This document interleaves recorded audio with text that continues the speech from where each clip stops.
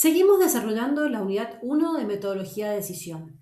Mi nombre es Verónica Linares y vamos a continuar con la parte 2 de la temática El decisor y la gerencia real. Como ya habíamos visto en la primera parte de los videos que estamos presentando, esto tiene que ver con un repaso sobre los distintos conceptos que se han visto a lo largo de la historia y que tienen que ver con forjar este concepto de gerencia real relacionado al tomador de decisiones.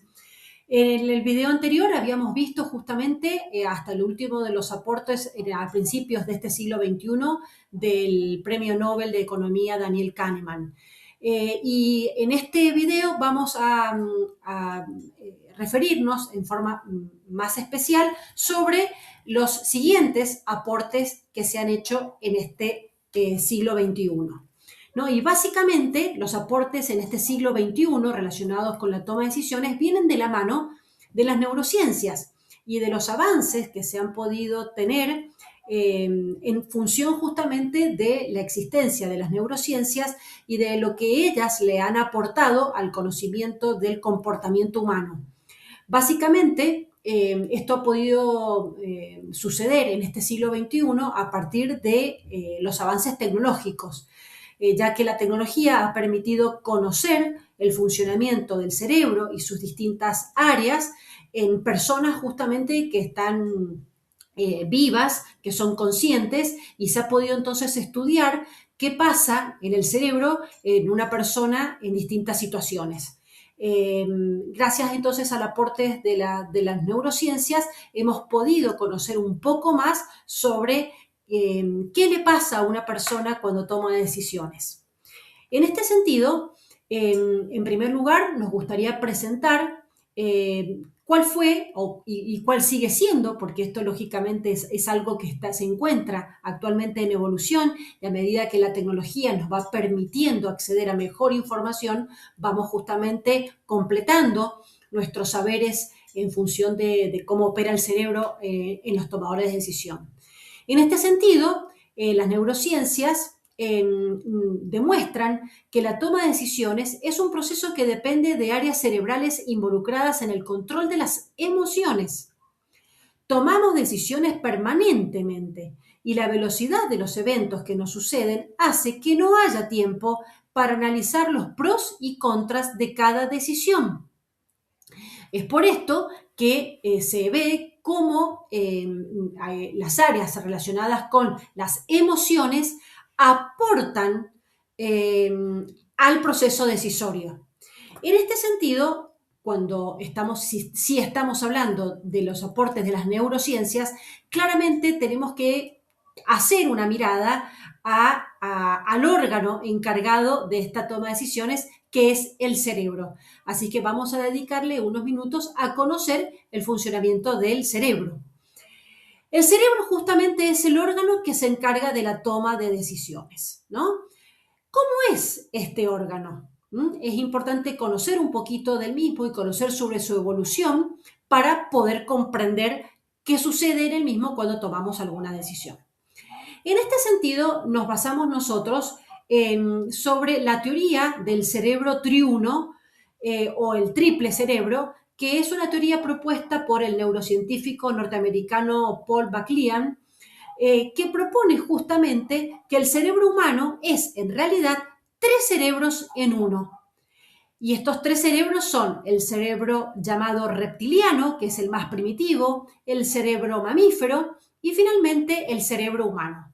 Vamos entonces a echar una mirada a cada uno de estos tres cerebros que describen el modelo triuno propuesto por MacLean. En este sentido, este modelo de cerebro triuno está relacionado con un desarrollo filogenético. Ustedes saben que la filogenia es el campo dentro de la biología que se dedica a estudiar y conocer el origen y el desarrollo de las diversas especies. Como se ve en el gráfico de la izquierda, claramente lo que se ha procedido es estudiar el desarrollo del cerebro desde un pez, pasando por una rana, un cocodrilo, un ratón, un simio, un chimpancé, hasta llegar al cerebro humano. ¿no? Y cómo ha evolucionado en ese sentido el cerebro humano.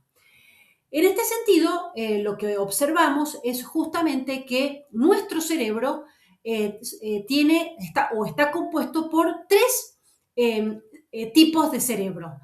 Y justamente por eso le llamamos modelo triuno. ¿Por qué? Porque tiene el cerebro de los reptiles, que está compuesto por el tronco cerebral y el cerebelo. Tiene también el cerebro de los mamíferos, ¿por qué? Porque tiene su sistema límbico compuesto por la amígdala y el hipocampo, y lógicamente el cerebro humano, que está compuesto por el córtex y el neocórtex o la corteza cerebral. Nuestro cerebro, ¿no?, está compuesto por estos tres cerebros.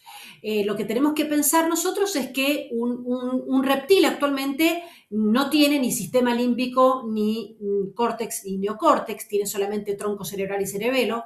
Y un mamífero no tiene cerebro humano, no tiene ni córtex ni neocórtex. Sí tiene sistema límbico y tiene tronco cerebral y cerebelo. Claramente el cerebro humano es el cerebro más evolucionado, ya que está compuesto por estos tres tipos de cerebro. Vamos entonces a hacer una mirada un poco más específica en cada uno de estos tres tipos de cerebro. Comenzamos lógicamente por el cerebro reptiliano, el más primitivo de todos, compuesto por el tronco cerebral y el cerebelo, que son los encargados justamente de las funciones vitales automáticas para el mantenimiento de la biostasis corporal. Son los responsables de que respiremos, son los responsables de los latidos del corazón, de la presión arterial. Sin estas funciones, que son absolutamente vitales, justamente nuestra vida estaría en peligro. Y es el cerebro que se encarga de que estas funciones se cumplan sin tener la decisión voluntaria de hacerlo. Nosotros no tomamos la decisión de inspirar y expirar, o de que nuestro corazón lata, o de determinar una determinada presión arterial. Y todos sabemos que son funciones absolutamente imprescindibles para mantenernos con vida. Bueno, los órganos que están encargados de estas funciones vitales son los más primitivos de todos. Evolucionamos un poquito y vamos a conocer el cerebro mamífero. El cerebro mamífero está integrado por el sistema límbico, compuesto por dos órganos, que son la amígdala y el hipocampo, y este cerebro ya es capaz de reconocer tiempo pasado y tiempo presente. No hablamos de futuro, obviamente, y sí son los responsables de que podamos aprender. ¿Por qué? Porque este cerebro ya tiene memoria, ¿no? Y nosotros vemos en los mamíferos que son capaces de tener aprendizajes y son capaces de memorizar ciertas cuestiones, y justamente en función de eso son capaces de aprender ciertos comportamientos. El cerebro reptiliano más el cerebro mamífero componen nuestro sistema instintivo y emocional, ¿no? Porque nosotros tenemos estos dos cerebros, ¿no? Y son los responsables de el mantenernos con vida, ¿no? Y el de las emociones. Finalmente llegamos al cerebro racional, ¿no? El cerebro humano, el más evolucionado de todos, que es el que nos permite pensar, es el que nos permite reflexionar, es el que nos permite justamente proyectar a futuro. Está ubicado en la corteza y está compuesto a su vez por dos hemisferios cerebrales, el derecho y el izquierdo, que lo vamos a ver un poquito más adelante. Reconoce no solamente pasado y presente, sino que también reconoce futuro, y esto sí es una característica absolutamente distintiva del ser humano, y es el asiento justamente de la inteligencia emocional e intelectual. No de las emociones, porque las emociones están relacionadas con el sistema límbico, con el cerebro emocional, pero sí de la inteligencia emocional, que es justamente el sistema capaz de haber procesado esas emociones y de justamente gestionar esas emociones. Bueno, acá en el gráfico vemos justamente un cerebro donde están ubicados cada uno de estos tres cerebros distintivos que componen el modelo triuno, ¿no?, de nuestro cerebro. El sistema instintivo en rojo allí, dando lugar o ubicado en lo que es el cerebro reptiliano. Luego el sistema límbico, que da lugar al cerebro emocional, y luego el neocórtex y la corteza prefrontal, dando lugar a lo que es el cerebro humano o racional. Nosotros hablamos no solamente del modelo triuno del cerebro, sino que también hablamos de un modelo bilateral. ¿Por qué? Porque dentro de lo que son la corteza y hacer al cerebro humano, encontramos, yo les comentaba, dos hemisferios, el hemisferio izquierdo y el hemisferio derecho. Y es por eso que también entonces hablamos de un modelo bilateral. Bien, fíjense, en esta gráfica de la evolución, lo que se trata justamente es de mostrar un poco el tiempo y la evolución de este cerebro. El primero de los primates que nosotros vemos allí a la izquierda es un ejemplar de Australopithecus que fue hallado justamente y se le llamó Lucy. Y este data de 5 millones de años, ¿no? Y este Australopithecus, Lucy, obviamente ya tenía amígdala, ya tenía hipocampo, claramente entonces tenía su cerebro mamífero desarrollado. Luego fue pasando el tiempo y hemos llegado al último ejemplar, al de la derecha, que es el Homo sapiens sapiens, que es justamente nuestra especie, que tiene solamente 50.000 años de antigüedad. Fíjense que no es nada la evolución frente a los 5 millones de Lucy. Y bueno, nosotros sí tenemos desarrollado entonces nuestro cerebro humano, nuestro cerebro racional, con nuestra corteza frontal y nuestros lóbulos izquierdo y derecho, etcétera.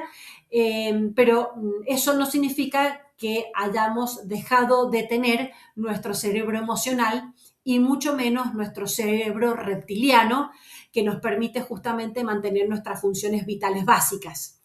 Entonces, este Homo sapiens sapiens es la evolución del cerebro en donde se fueron agregando órganos a este cerebro más primitivo de todos, el reptiliano, hasta llegar al cerebro concebido como modelo triuno. ¿Con esto qué queremos decir? Que ahora sabemos que somos seres emocionales antes que racionales, porque ese cerebro racional se desarrolló bastante después que nuestro cerebro emocional. Y por lo tanto, me gustaría terminar esta segunda parte de la descripción del concepto de gerencia o del marco conceptual de gerencia real, mencionando una cita del doctor Daniel López Rossetti, que es un divulgador científico argentino, que justamente propone en una de sus obras esto que está acá destacado, que es que somos seres emocionales que razonan. Las personas somos seres emocionales que razonamos. Y esto es importante porque estamos poniendo de relieve la emocionalidad de las personas. Nadie duda que nuestra característica distintiva y lo que nos distingue justamente de otras especies es la racionalidad. Pero eso no nos debe hacer olvidar que primeramente somos seres emocionales, ¿no? Y que después razonamos. Y esto lo queremos destacar porque hacen al marco conceptual de este tomador de decisiones que van a estar justamente actuando, van a estar dirigiendo, van a estar tomando decisiones en una gerencia real compuesta por personas que son seres emocionales que razonan.